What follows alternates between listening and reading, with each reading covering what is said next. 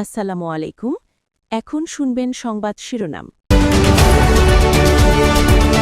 মুক্তিযুদ্ধ রাজাকার নিয়ে ফজলুর রহমানের কড়া ভাষায় উত্তপ্ত সংসদ, চেয়ার ছেড়ে দাঁড়িয়ে দুপক্ষকে শান্ত করলেন স্পিকার।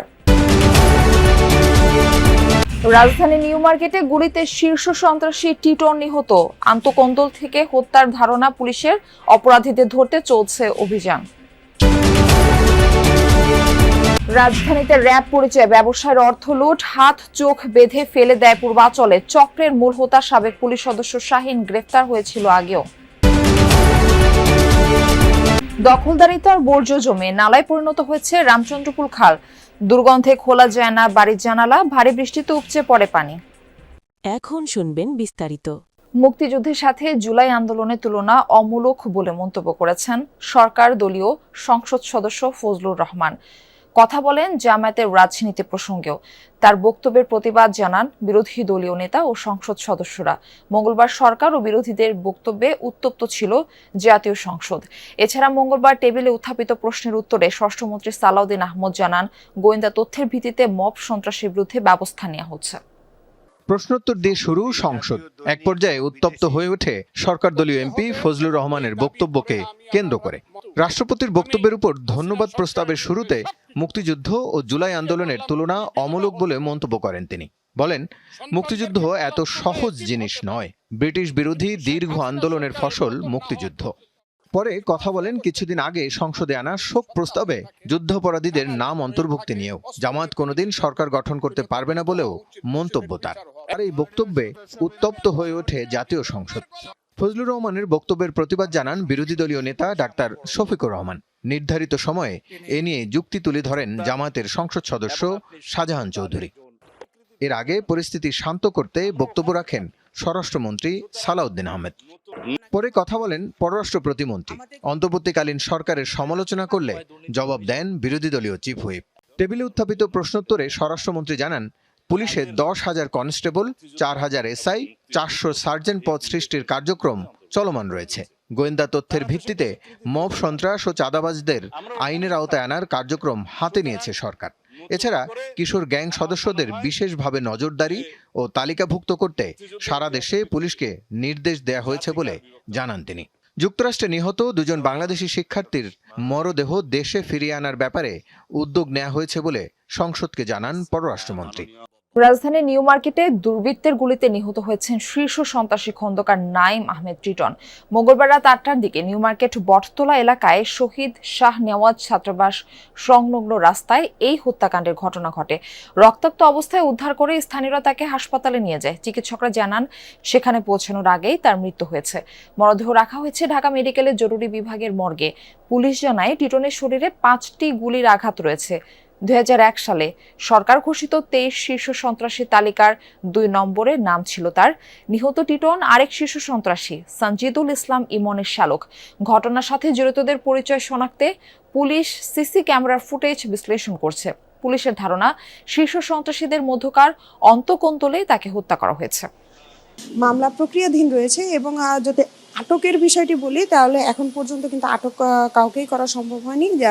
কেননা জানেন, গতকাল মঙ্গলবার ছিল নিউ মার্কেটের যে নিউ মার্কেট এলাকার সাপ্তাহিক ছুটি। সেই ছুটিতেই কিন্তু দোকানপাট বন্ধ ছিল এবং দোকানপাট বন্ধ থাকার কারণে খুব সাধারণভাবে যেই জায়গাটা এই হত্যাকাণ্ড ঘটেছে সেখানে কিন্তু কোনো সিসি ক্যামেরা তেমন ছিল না এবং সিসি ক্যামেরা না থাকায় কিন্তু আশপাশের যেই সিসি ক্যামেরা রয়েছে সেগুলো বিশ্লেষণ করে কিন্তু যে আসামি রয়েছে তাদের কিন্তু শনাক্তের চেষ্টা করছে। পুলিশের সাথে কিন্তু আমাদের কথা হয়েছিল, তারা কিন্তু আমাদের জানিয়েছেন যে শীর্ষ সন্ত্রাসীদের মধ্যকার যে অন্তঃকন্দল রয়েছে সেই অন্তঃকন্দল থেকেই কিন্তু ধারণা করা হচ্ছে যে হত্যাকাণ্ড করা হয়েছে এবং এই হত্যাকাণ্ড জড়িত ব্যক্তিদের কিন্তু খুঁজে বের করার চেষ্টাও করা হচ্ছে, পুলিশের পক্ষ থেকে জানিয়েছে। এছাড়া কিন্তু সিসিটিভি যেই রয়েছে সেটিও বিশ্লেষণ করা হচ্ছে।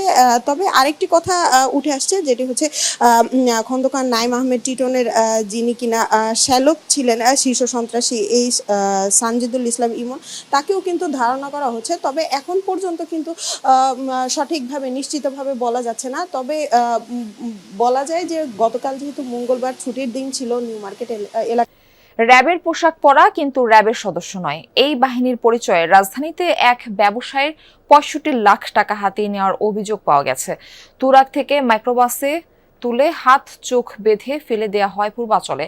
ভুক্তভোগীর মামলার পর চক্রের মূল হোতা পুলিশের সাবেক সদস্য শাহিনকে গ্রেফতার করা হয়েছে। আটক করা হয়েছে সন্দেহজনক আরও কয়েকজনকে। রাজধানীর তুরাগের 15 নং সেক্টরের 2 নং ব্রিজ এলাকা। দুপুরের দিকে চকবাজারের কসমেটিক্স ব্যবসায়ী সালমান মাহবুব জয় উত্তরায় গিয়েছিলেন মানি এক্সচেঞ্জ করতে। পথেই র্যাবের পোশাকধারী কয়েকজন এসে তাকে জোর করে গাড়িতে তোলে নিয়েছেন। মতিঝিল সহ বেশ কয়েকটি মানি এক্সচেঞ্জ প্রতিষ্ঠানে গিয়ে ভালো দাম না পেয়ে মেট্রো রেলে করে উত্তরা যান। উত্তর স্টেশনে নামলে আগেই যোগাযোগ করা জামান মানি এক্সচেঞ্জ নামের এক প্রতিষ্ঠান থেকে তাকে ফোন করে কোথায় আছেন জানতে চাওয়া হয়। কথা শেষ করে ভুক্তভোগী সালমান অন্য এক যাত্রীর সাথে অটোরিকশায় ওঠেন আজমপুর যাওয়ার জন্য। সালমান জানান, ভয় পেয়ে তিনি দৌড়ে পালানোর জন্য চেষ্টা করলে জোর করে তাকে একটি মাইক্রোবাসে তোলা হয়। সালমানের দাবি, এ সময় তার কাছে দেশি বিদেশি বিপুল সংখ্যক মুদ্রা ছিল। ভুক্তভোগী আরও জানান, গাড়িতে তার উপর নির্যাতনও করা হয়। তার ধারণা, র্যাব পরিচয় দেয়া চক্রটি আগেই তার গতিবিধি সম্পর্কে জানত। উত্তরার এই ঘটনা দেখেছেন স্থানীয় অনেকে, তবে র্যাবের পোশাক থাকায় কেউ এগিয়ে যায়নি। স্থানীয় তুরাগ থানার অধীনে এই রাস্তাটি অন্যতম। রামচন্দ্রপুর খালের জমি দখল করে গড়ে উঠেছে বহুতল ভবন। কোথাও কোথাও খাল পরিণত হয়েছে নালায়, আবার কোথাও বর্জ্য ও মাটি জমে খাল প্রায় ভরাট হয়ে গেছে। নিয়মিত পরিচ্ছন্নতার অভাবে এমন বেহাল দশা খালটির।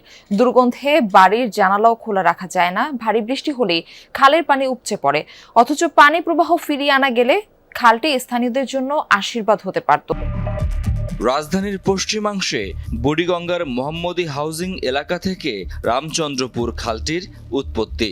শেখেরটেক, শ্যামলী হাউজিং ও আদাবর এলাকা দিয়ে প্রবাহিত খালটির দৈর্ঘ্য 3 কিলোমিটারের কিছু বেশি। এই খালের প্রস্থ কোথাও 15 মিটার, কোথাও 25 মিটার।